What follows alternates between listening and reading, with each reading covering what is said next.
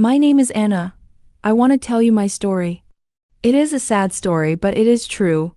I didn't know the truth about the man I married.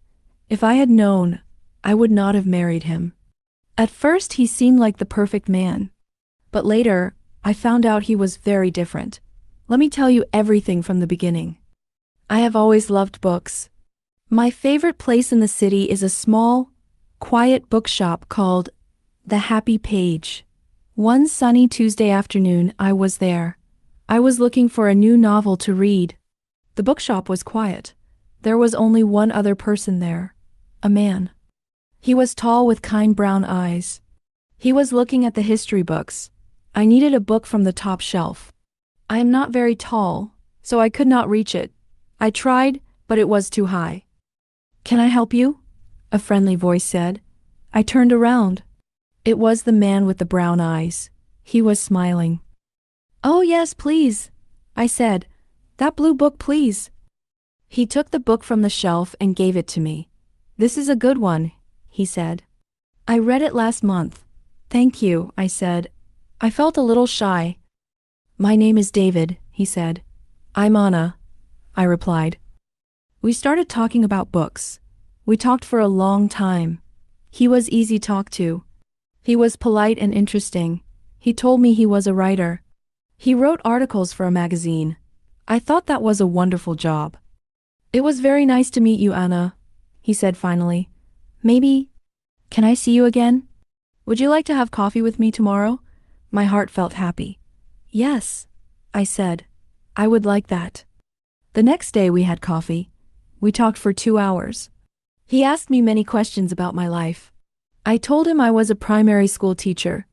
I told him I lived with my cat Milo. He listened carefully. He made me feel special. After that, we saw each other often. We went for walks in the park. We went to the cinema. We had dinner in small restaurants. He was always a perfect gentleman. He was kind, caring, and he always opened doors for me. He brought me flowers. He remembered my favorite things. After 3 months, he said, "Anna, you are the most wonderful woman I know. I love you. Will you marry me?" I was so happy. I said, "Yes, David. Yes, I will marry you." Our wedding was small and beautiful. My family and my best friends were there. I wore a simple white dress. David wore a black suit. He looked very handsome. We promised to love each other forever. I believed him with all my heart. The first year was like a dream. We lived in a small flat in the city center. David worked from home. I went to school every day to teach my young students. In the evenings, we cooked dinner together.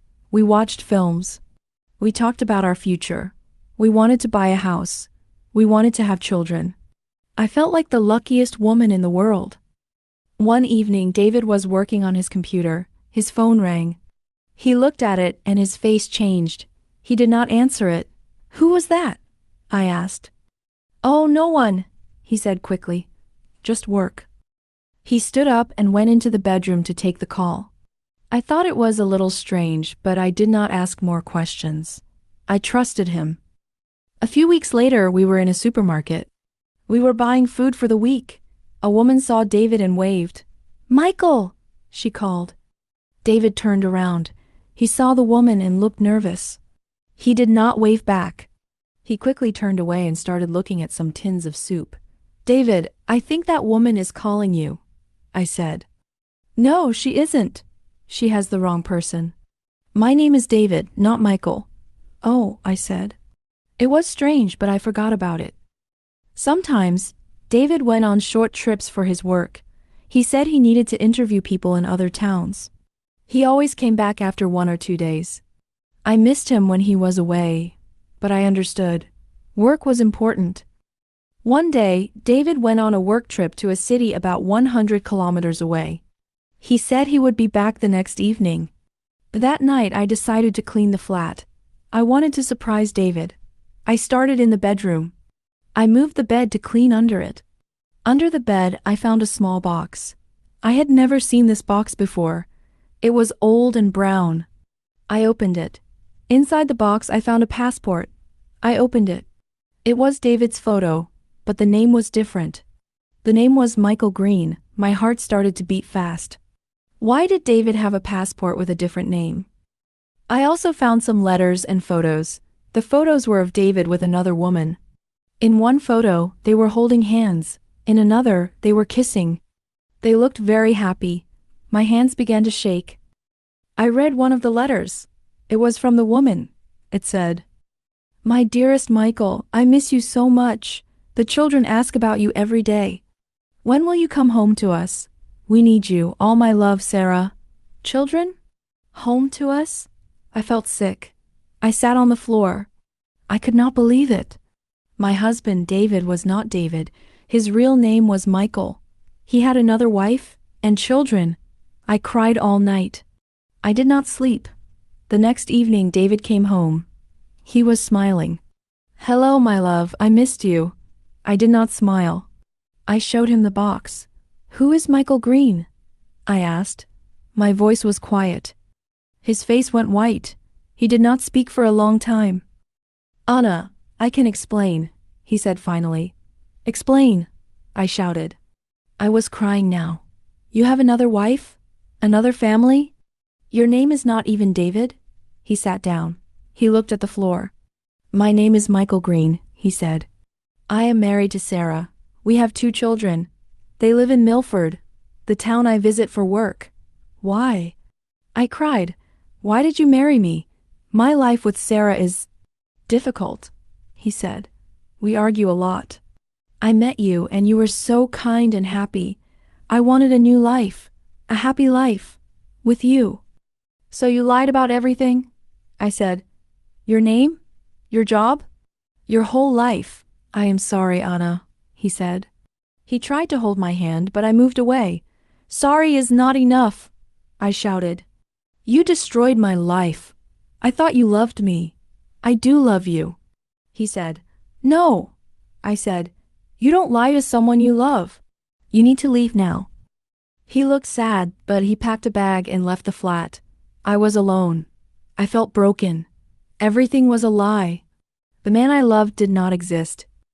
I called my best friend Lena. I told her everything. She was shocked. "Oh, Anna, I am so sorry," she said. She came to my flat immediately and stayed with me for 3 days. I also had to tell my parents. It was very difficult. My father was very angry. My mother was sad for me.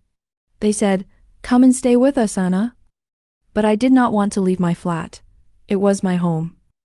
A week later, Michael, I could not call him David anymore, came to see me. He looked tired. "Anna, please," he said. "I ended it with Sarah. I told her about you. I want a divorce. I want to be with you. We can start again. For real this time."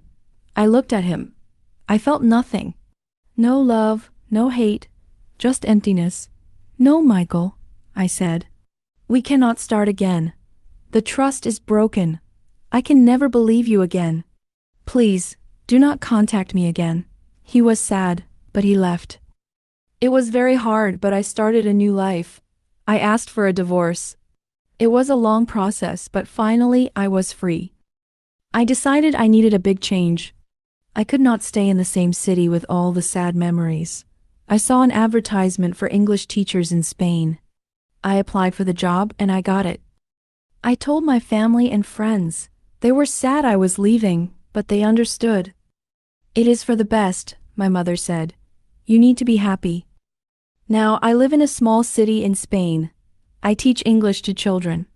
I have a small, sunny flat. I have new friends. I am learning Spanish. My life is calm and peaceful. Sometimes I feel sad about the past. I think about the man with 2 names. But I do not regret my decision to leave. I am strong. I learned a very important lesson. It is important to really know a person before you give them your heart. My life is different now. It is not the life I planned, but it is my life, and I am finally happy.